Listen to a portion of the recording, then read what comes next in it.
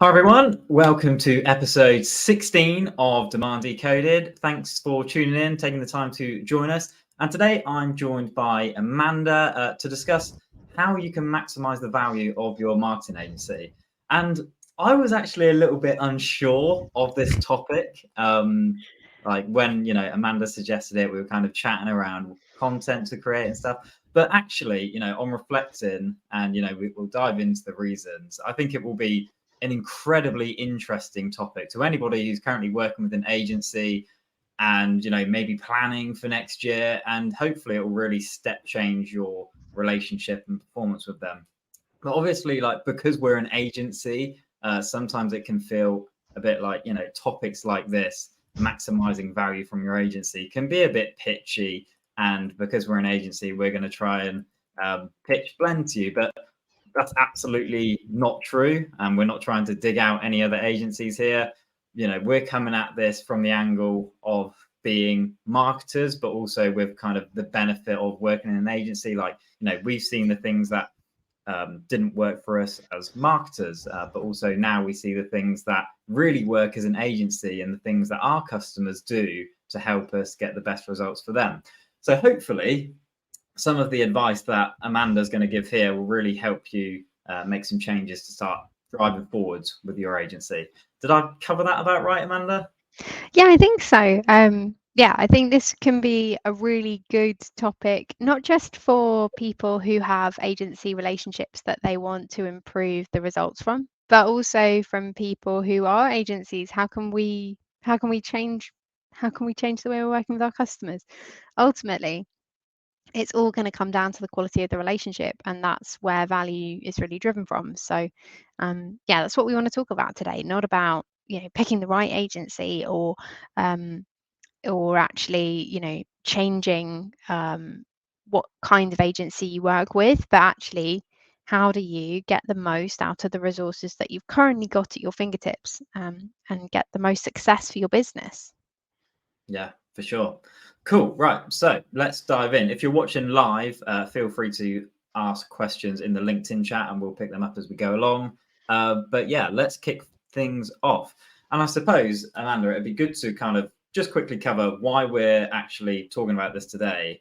And, I suppose why we're talking about how businesses can really extract value from their marketing agency, because I suppose they might be thinking, well, I'm paying the agency to deliver the value for me and generate the results for me. So shouldn't that just kind of come with the package I'm getting?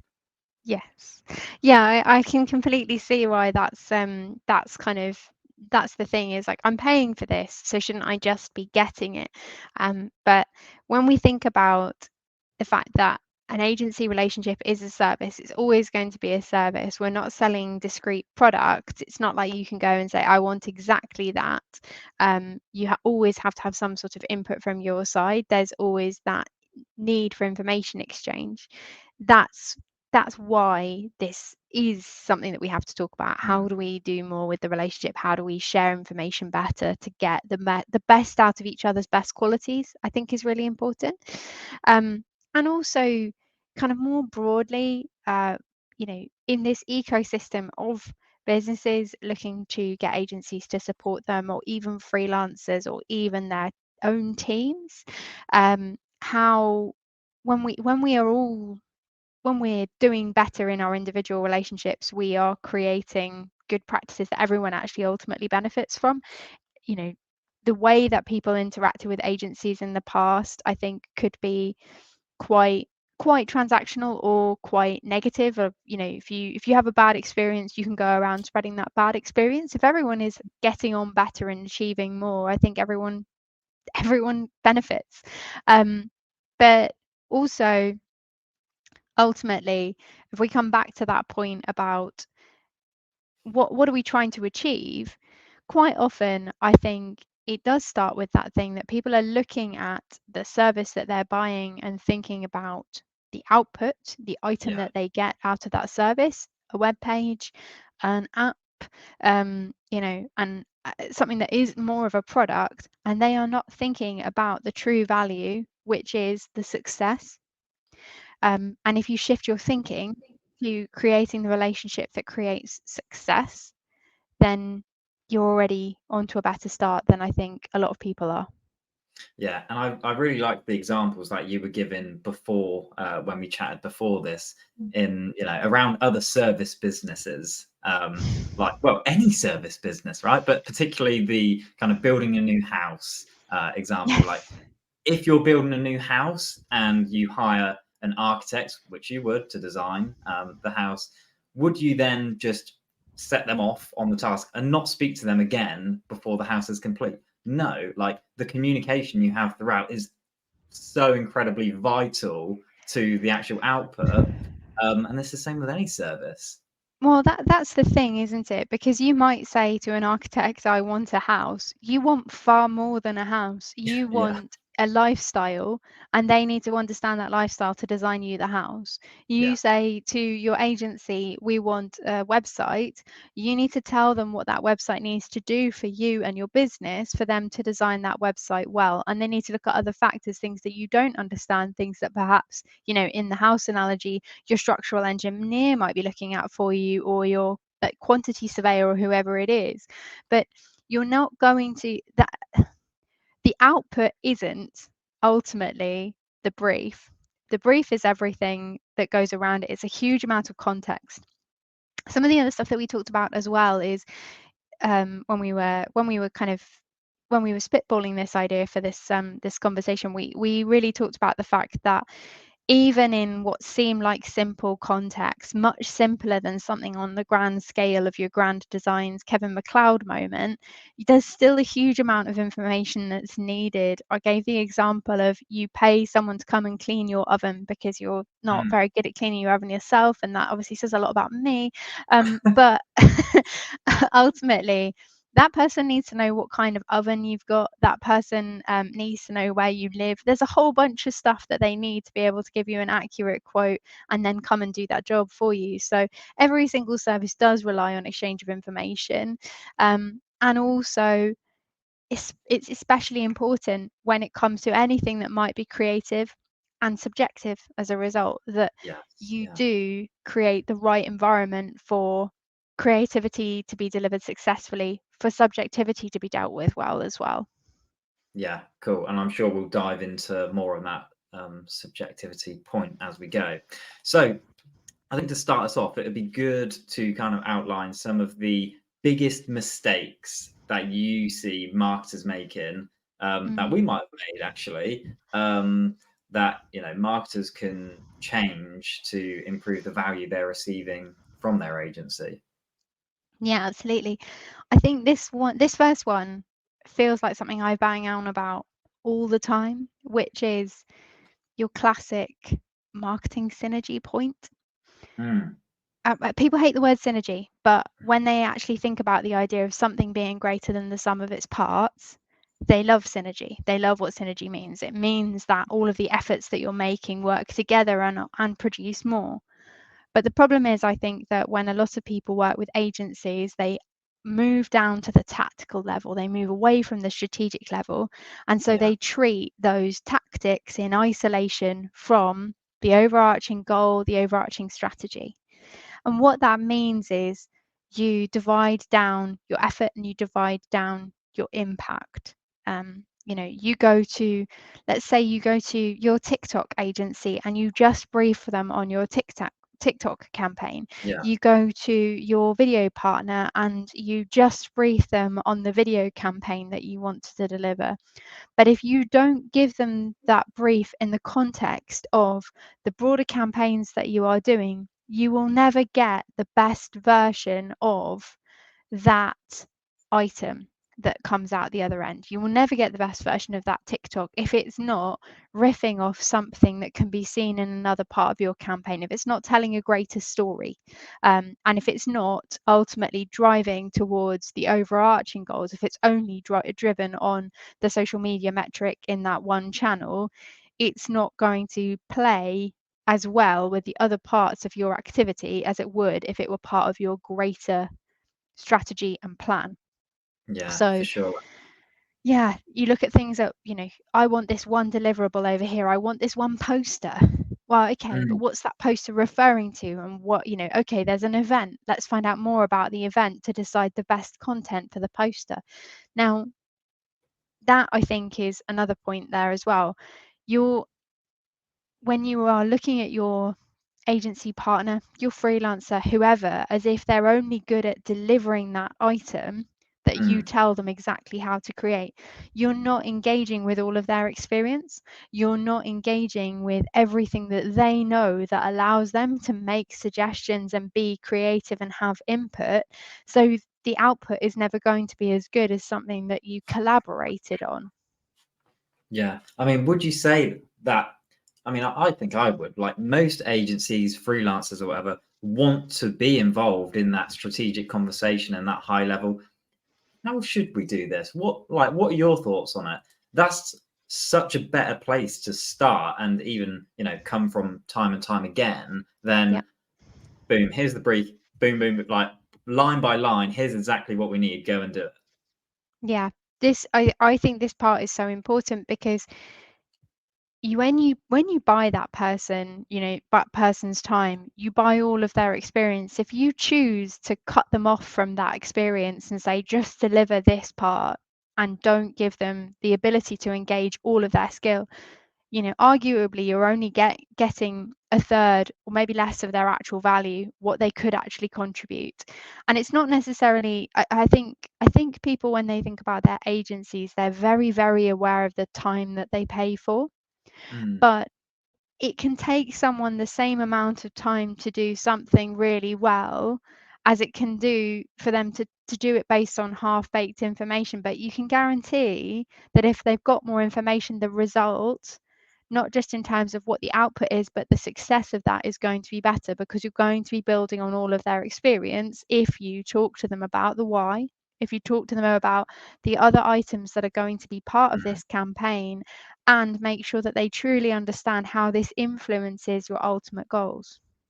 Yeah, having the, contextual. I suppose it comes back to that point of like nothing in marketing is siloed at No. all. Like all of your efforts are combined in some way, even if you don't see it within, your attribution data or whatever. Like so many things are connected on your buyer's journey and you don't see it. But yeah, it all works together ultimately. Yeah, it ultimately is all being consumed together. Everything is being consumed in the great soup of people's brains. They're picking up on things on different channels and engaging with different bits of your content or different pieces of collateral and so on, and ultimately reaching their decision.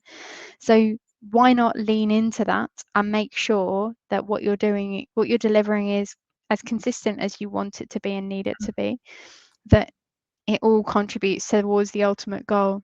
I think the other thing is, we just mentioned that sometimes people look at the agency and think about the hour that I spend giving more context to this brief is an hour that I spend of their time and that I have to pay for. Um, there are a couple of other mistakes that is more than one kind of mistake, because if you don't put the time into the brief, you often pay for it later down the line when you're not happy with the Yes. output, with what's delivered. And that can lead to work and rework and time being consumed that you didn't anticipate.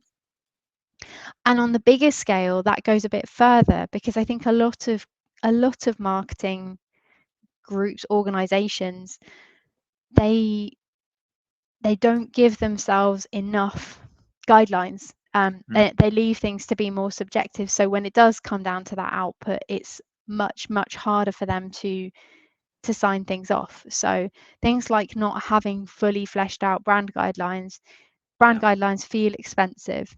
Absolutely. Maybe they're going to cost you 50 or 100 hours, but they are probably going to save you dozens, if not hundreds, if not thousands, over the lifetime that they are in Yeah. use. And They're it's not going even to save the you time, from is so it? many bad decisions and Yeah. subjective arguments. Yeah, it's like it doesn't even save you time having these rules and guidelines in place. Like when we had Rob on talking about tone of voice, he kind of said a Mm. similar thing. It's like setting yourself up with these guidelines, these tone of voice guidelines, goes an incredibly long way before from where you are now. You can use those to work with agencies in the future or new people that come on board in the team. And it removes any subjectivity around, oh, should we kind of use that tone there, or should we use that word or that word? It's like, well, that's our guideline, so use that basically. Yeah, absolutely. Time spent arguing ahead of making a decision, either with your agency, like the person who's done the work for you, or amongst yourselves with you and your Mm, other stakeholders, that is all wasted time that costs your business money. But I realized that that money and cost is invisible at the point in time when you're signing off on the budget for your yeah. brand guidelines or your tone of voice guide. But actually, yeah, I think more organizations could set themselves and their partners up for better success by making sure that they had those guidelines in place. Yeah. Do you think agencies can set themselves up for better success by really advocating for having these guidelines in place before, I don't know, before you even start working with these people? Because I suppose not having them and going back and forth on should we use that purple or this purple um, could actually cause over time a breakdown in the relationship. 100%, and that's speaking from experience on agency side as well as as on the marketing side. When things are ambiguous and leave you arguing to get something done, it erodes relationships. It ultimately does, and that can be between people in your own team, but they are usually the people you have to put up with for longer. um, but certainly between you and your agency, it can make it very hard to then get back on the same page as to how we're going to go about achieving success. So that investment in that rule setting, I think I think agencies are often afraid to ask for it. Because Um, it's a big cost. it's perceived as a big cost, Yeah. absolutely, and it's not seen as something that generates revenue, but it facilitates the all of the efforts that do lead to the generation of revenue. Yeah, for sure. I really think that's such a valuable point, and hopefully, yeah, some people can take that away. So, um, that's some things that, well, big mistakes that marketers make. So, what are, on the flip side of that, some of the most important things that marketers should be doing to increase the value they're getting from their agency? Hmm. I suppose if we think about what they can be doing right now, certainly Mm, make sure that you've got a plan for next year and that your agency is aware of it. It's really common that people turn up with their plans yeah. on January the 1st, and the agency is already on the back foot because they didn't know that this was the plan that they would be working to, and they've now got to turn things around to fit to that plan.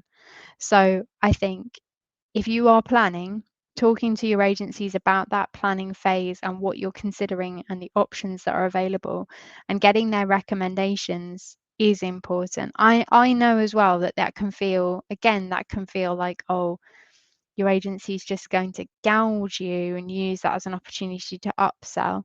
Sometimes that's true, of course, everyone is looking to grow, but an agency that treats you as a partner and that you are treating as a partner should look at it as the opportunity to get you the best return on the investment that you're able to make. And sometimes that might mean suggesting different activities, or sometimes that might mean adjustments to the way that you're looking at your goals.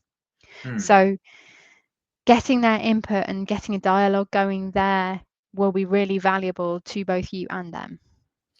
Yeah, is that true even in the case where the agency isn't necessarily a strategic partner working with you on your marketing strategy? What if it's just like a design agency, or they're working on something um, not in silo, but kind of as its own thing, standalone? I suppose there's a question of how siloed, how often is something truly siloed? If you're saying we're going to spend this much on these many of this item, very few agencies aren't going to have an opinion on whether that item is the best kind of item to be making with that budget. Okay, you say you want 12 of this kind of campaign. We actually think that an investment in 8 of this other slightly larger type of campaign for the same amount of budget would be better. So how maybe perhaps in some situations where you're getting like widgets designed to go onto your app platform or something like that, it's different. But even then, your developers are going to have opinions based on what they see from user testing and feedback. So how often is it true that there's no dialogue to be had? I would really Yeah, question that. yeah, it's definitely true, and especially for, like budgeting and things, like marketers will be putting their budgets together for like PPC and ad spend and even agency spend, for next year, and sharing that with your agency right now is way more beneficial than waiting until, like you say, January the 1st or the 2nd, bank holiday on the 1st. Yeah, absolutely. Um, What else can they be doing? I mean, certainly, I think you can be taking a look at what you've already got and what you're able to provide in terms of guidance. yeah, To ask yourself the question of, are you giving your agency the opportunities to succeed for you? Are you giving them everything that will be helpful to them? So look over what you've got in terms of your brand and its guidelines. Look over your tone of voice, and anything that you might have on your messaging. One of the things that I come back to quite often in the way that I work, just generally, is that every time you can have a rule, you don't have to make a decision. mm, And so anything that takes decision making and ultimately subjectivity and disagreement off the table is going to be a good thing for you going into the new year. Anytime when you can go, this is, I'm giving you the brand guidelines and you're working to them, or you're saying this doesn't conform, you're not having to make a decision about whether that shade or that shade is the right shade. That's all being decided for you and you're just enforcing, which is less draining mentally, and certainly gives your agency every opportunity to get it right first time, which saves you and them time and money. yeah. And I suppose would the last point be going back to when we said about mistakes made and kind of giving agencies more context in the briefing and stuff, just spend a bit more time on that, dedicate a bit more time to it, and then, look at the output on what you're getting. Yeah, I think so. I mean, what can you do right when we think about what you can be doing right now to increase the value you're getting from your agency? Taking a step back and thinking about the way you work together on the tasks that you have, that briefing Mm, element being so important. Is it effective?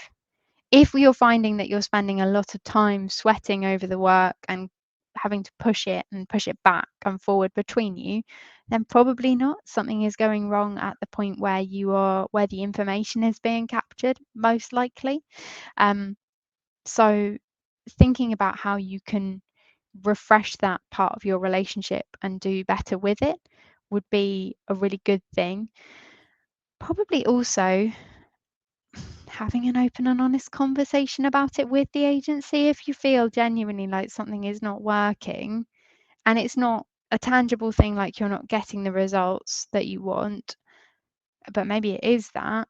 mm. Talking to them informally about that. What can we do to turn this around? What can we do to work together more effectively? Yeah, well, actually, it'd be good to dive a bit deeper into that, I think. And Mm, for people that aren't happy with their current agency, for whatever reason, like you just said, it might be that the results aren't there. You're just not happy with the relationship.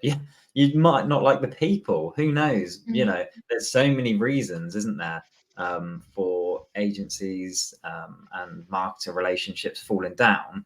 So what can marketers do if they're not happy with their current agency to resolve that issue, come out the other side, driving results, I suppose? Yeah, I think that it is really important. That second part of the question is the most important thing, because this is not about us saying if you're not happy with your current agency, just change it. This is about us saying, think about what you need to do to get the most out of your current agency. So if you're not happy, um, and ultimately there's a really important reason for that, because there can be some serious long-term impacts of not achieving success with your current agency, even if ultimately you might want to move on. If you are trying to move on from a position of we really failed with that agency, you may well struggle to get as much budget or the budget that you need next time to invest effectively in the future relationship that you want to develop. You may struggle to get buy-in to alternate plans that you come up with. Far better to make a change based on a moderate amount of success but wanting to change tactics than I've got a failed relationship of one kind and I want to replace it with another agency that does exactly the same kind of thing. Actually resolving the issues you have and making sure you get success is probably going to be better for you in the long term. So what can you do if you're not happy? I think the first thing is going to be, well, certainly to reflect on what you can be doing differently. Obviously, that's not to say that your agency is not going to have their share of blame in any situation, absolutely not. But if we operate from the basis that you can't control other people, the only person you can control is yourself, then start by looking at you and asking yourself, have they been given that opportunity to succeed? Have they had enough information? Do they understand what you are looking to achieve? Do they understand what impact their work does and doesn't have? Do they, you might have a KPI with them, but can they see the other effects of that KPI? Now, it might be that you can say month on month to them, oh, we said we were going to get 5 marketing qualified leads, but we're only getting 2. Sometimes 2 is okay, isn't it? Because sometimes those deal sizes are enormous and it makes up a huge amount of difference. And you didn't need 5, but you wish you'd got 5 of that size, but it's not painful. Sometimes those 2 deals come through and it's 2 instead of 5 and they're tiny. Making sure that impact on where the business is going is apparent to them, that they feel your business is paying the way that you do, they understand it the way that you can. That's important too, because it means that when they're looking at things, they understand the risk fully and so on. Yeah, it's that emotional kind of investment into it as well, isn't it? It probably helps the agency and the team that you're working with to truly understand what you're feeling in that moment when you don't hit your number, because it's different when you're the person sat on the other side of the board or whatever, and you didn't hit target. The agency aren't there with you feeling that anxiety before you go in, the emotions when you're sat right there. No, exactly. If they don't understand what that KPI ultimately contributes to, be it your report to your commercial director or your stand-up presentation in front of the whole board, or just another, or it actually contributes to, oh, in the end we had a bad year and that is because of these factors, that transparency is important. They need to understand the impact of their work. And when there has been success, they need to understand it too, because that's all information that they can work on to make better recommendations in the future. You might look at, let's say you did 10 campaigns last year and one of them was somehow a real knockout. You might think from your internal review of it, I know what made this a success, and you might go after that. But if you look at that with your agencies and say, why this one? They might have different perspectives on it that mean that you plan differently next year. Yeah, that's a good point. Cool. Any others? Any other quick, I think you have to think about all of the touch points of the relationship. Take a look at how you're sharing feedback between you and the agency, how you are keeping track of changes that need to be made and so on. So is it that every time you review something, you're sweating over every detail of every little sentence in it, and that more needs to be done to work therefore on your tone of voice so that they don't choose words you wouldn't like, or even just, are things being captured as ongoing guidance, so that you don't have to make the same point again and again and again? Are they being tracked in a way that's easy for you both to manage? I think is important too. Do you have the right tools between you for collaborating? certainly. And then look at what you can do, as we said before, to take those subjective elements out of the conversation.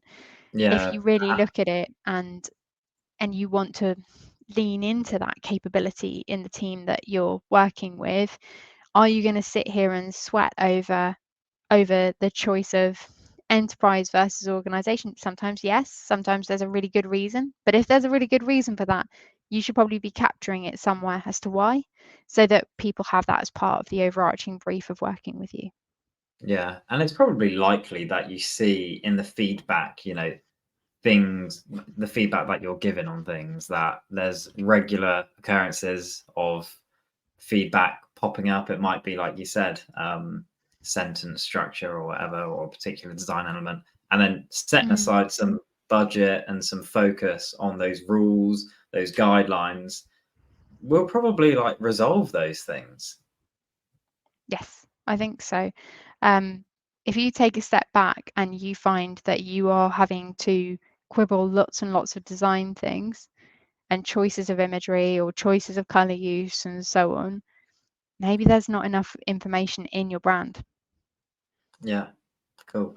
And kind of, off the cuff a bit, any tips on how you can improve that communication with your marketing agency? Because I do think a lot of the breakdown in these things, almost everything, is communication. Whether it's you're not happy with the results, you're giving too much feedback, and the same feedback on the same things over and over again.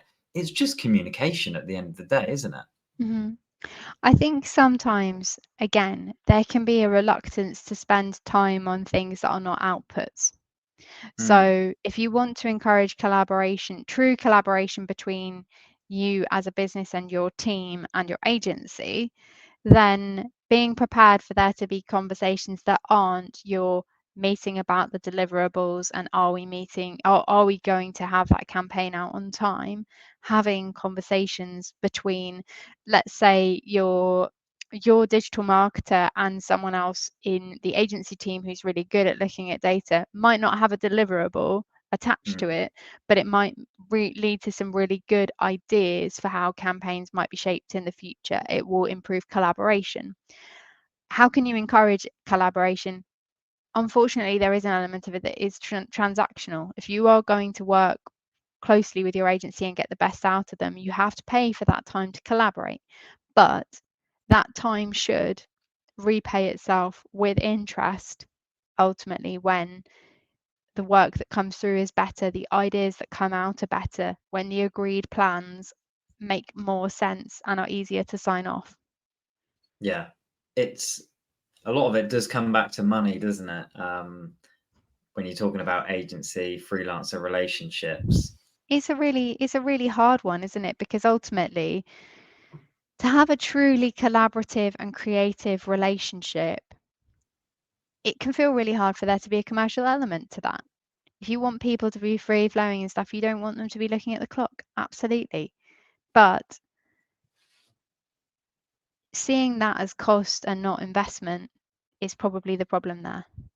Seeing that as time wasted and not time ultimately saved, or time that increases value overall, is the problem. Being uncomfortable with spending time on ideas, spending time on investigations together, and actually saying we're going to set aside this time purely for collaboration. That, I think, that is a real miss ultimately. Yeah, yeah, that's a great point. It's looking at the long-term picture, isn't it? Most of the Mhm. time. I might have to spend this little bit extra to give the agency a little bit more context, or to yeah, just get their ideas on this upcoming thing. Because ultimately, if the agency is taking time to do it, you will probably have to pay for it. But yeah, it's just perceiving that as the long-term value rather than the short-term cost and investment of that. Yes. Yeah, ultimately, the real yardstick for all of our work, in-house marketing, agency marketing, anywhere, is the not just the number of items that go out the door. It is the return that those things get. It's the success that they achieve together. And it can be, if anyone needs just like one thing to take away from this, it is that by investing that time, investing in that upfront, you will save time and money. You will spend less time reviewing the work. You will spend, you will see greater success. But it doesn't feel like it when you're asked to spend 8 hours in collaboration and workshops before something gets going. Completely understand that. But truth be told, that is the shift that you need to make in where your budget is being spent. You're going to spend that time either way. Spend it constructively, not in retrospect, having to fix things that could have been right from day one. Yeah. And I think that's probably a really good point to end on, actually. And I now need to go and clean, phone my oven cleaner, because you've reminded me that my ovens need cleaning. So, so let's wrap it up. That was actually amazing and really informative. I take it back that I was ever worried about this episode, because I think there were some really, really good points in there for anybody, really. Like any marketers that are working with an agency, their own team, probably any freelancer. I'm sure there are some tips in there that Amanda gave that, yeah, anybody can take. So hopefully you enjoyed that episode of Demand Decoded. You can obviously follow the Blend LinkedIn page to join any future events live and watch any back or listen on YouTube, Spotify, Apple Podcasts, or basically any platform if you just search for Demand Decoded. So thanks for tuning in, and we will catch you next time.